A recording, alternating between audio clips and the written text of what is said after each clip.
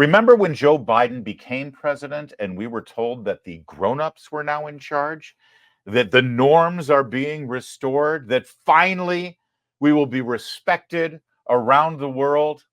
Well, here's your Secretary of Defense,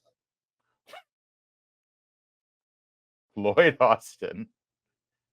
That's not doctored, is it? That is literally, that was Lloyd Austin, the Secretary of Defense, visiting the Philippines. And clearly, this was what, 3 years ago, I think, or 2 years ago. Clearly, on that visit, he came down with something, because now the next thing you know, he's in intensive care at Walter Reed. That's not true. It had nothing to do with any kind of virus that he may or may not have picked up in the Philippines. No, Lloyd Austin checked himself in for a voluntary surgery, a voluntary surgical procedure, which, I mean, who knows what it is? He hasn't told anybody. Gender reassignment surgery is one of the possibilities. A Brazilian butt lift is also another one of the. Listen, if he doesn't tell us what it is, we're just going to have to guess. So it could very well be gender reassignment surgery. Although, since this is the Lloyd Austin Pentagon under the command of our Commander-in-Chief, Joe Biden, the big question is not whether he got gender reassignment surgery. The question is, which of the 74 approved genders did he reassign to? Maybe he got an abortion.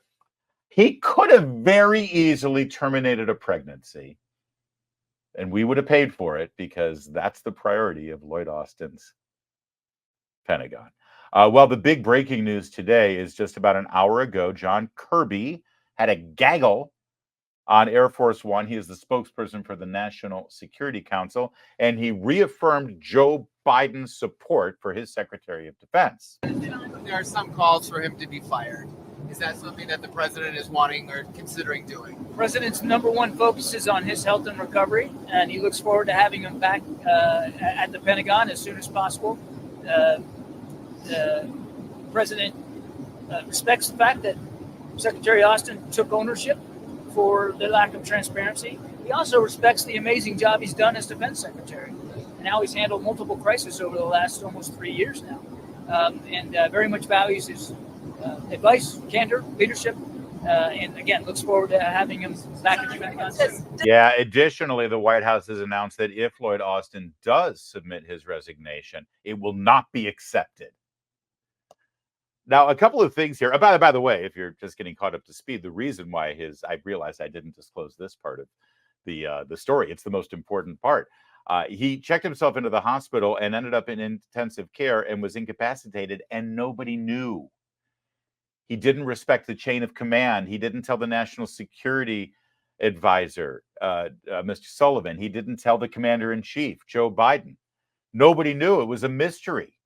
He was checked out. He was literally incapacitated, and he's the Secretary of Defense, while men and women in the military are in harm's way. In fact, while he was incapacitated, men and women in the military were fired upon by enemy aircraft, unmanned aircraft in the Mediterranean. And we fired back and disabled and shot down aircraft. We were actually engaged in warfare, while the Secretary of Defense, a key critical part of the chain of command of the military, was completely out of it. And when the Pentagon was challenged on this, when the story finally emerged, they said, oh, well, the Deputy Secretary of Defense was in charge of everything. It turns out the Deputy Secretary of Defense was on vacation in Puerto Rico. But the Pentagon said, well, it's okay because she had communications equipment. Communications equipment. You know what that means? Hey, text me if anything happens, okay? The grown-ups are in charge, guys. We're back to the norms. And of course, Biden stands by him. But one thing that was said here, that he is proud of Secretary of Defense Austin for stepping up and taking ownership over the lack of transparency. Okay, number one, first of all, thanks for acknowledging that there was a lack of transparency. But He didn't step up and take ownership of it. Have you heard anything that he has to say? Have you read a quote from him? Has he said anything? No, he's still recovering from his Brazilian butt lift or the gender reassignment surgery. It's one of those two. It's got to be.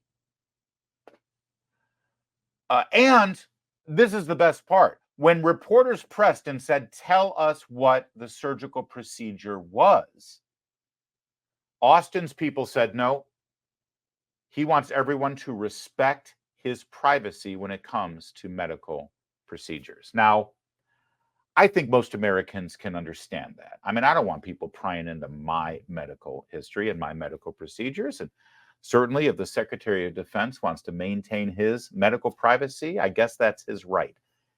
Except here's the problem with that.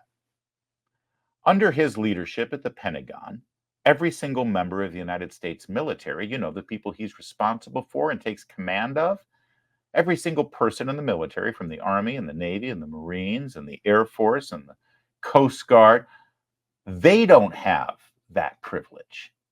They're not allowed to have any medical privacy. In fact, Lloyd Austin demanded to have the vaccine history of every single member of the military, and he discharged thousands of people in the armed forces if they refused to get that COVID shot.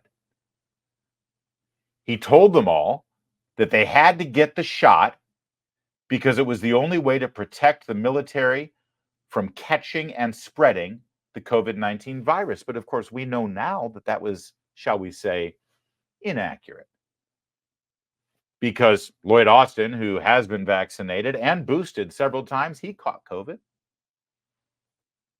So to pretty much everybody that I know in the public world who has been multiple boosted, including the commander-in-chief.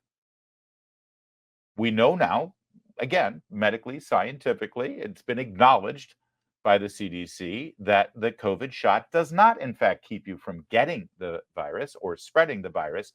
But this man, Lloyd Austin, who now demands his medical privacy so that he can go AWOL without telling anyone, he demands his medical privacy, but he demanded the people in the military leave and get discharged if they didn't get the shot that he lied to them about. That's pretty rich. And that's exactly the perfect example of the Biden administration's lack of leadership. Jake Sullivan, the national security advisor, acknowledged that he was completely unaware of the fact that his own Secretary of Defense, the man who runs his Pentagon, was incapacitated and in intensive care. With regard to Secretary Austin, I wasn't aware of his medical issue. In fact, I talked to Lloyd last weekend before this incident, and I know that he's put out a statement addressing it. What I can say is this. It has been, it remains one of the great privileges of my career, over 30 years now, working in government, to serve alongside Lloyd Austin. Oh, blah, blah, blah. What a ridiculous statement. Nobody cares that it's been a pleasure and an honor for you to serve with Lloyd Austin. And by the way, no one believes that. That's not the point. Did you hear what he said at the beginning of that statement? I actually just spoke with him last weekend. So he spoke with him while he was hospitalized, and he didn't tell him. He kept it a secret. And he's not outraged. He's not. What does this guy have on Jake Sullivan and Joe Biden? Tony Blinken. Oh, is that Tony Blinken?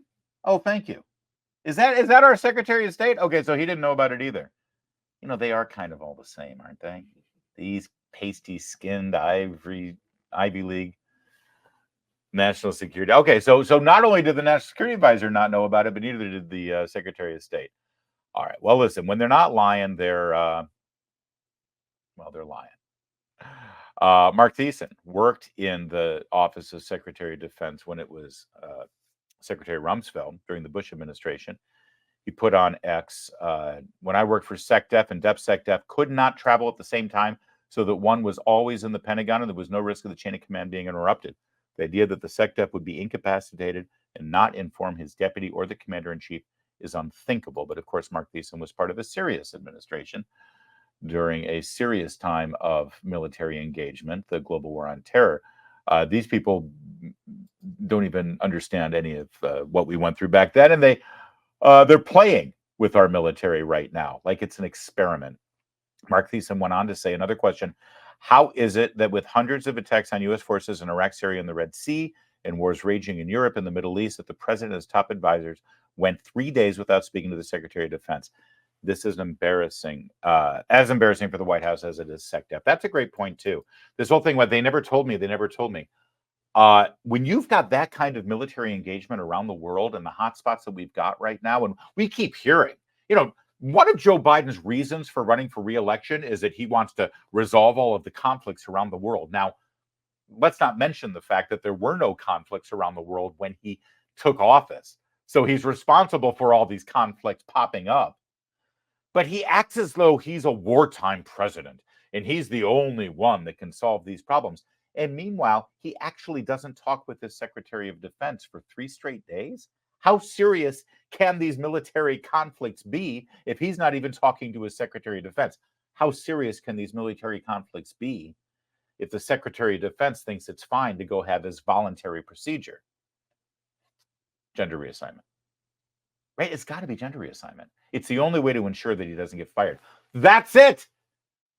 That's why nobody wants to criticize him. That's why they won't accept his resignation, even if it delivers it. He's coming out. He's now going to be Lola Austin.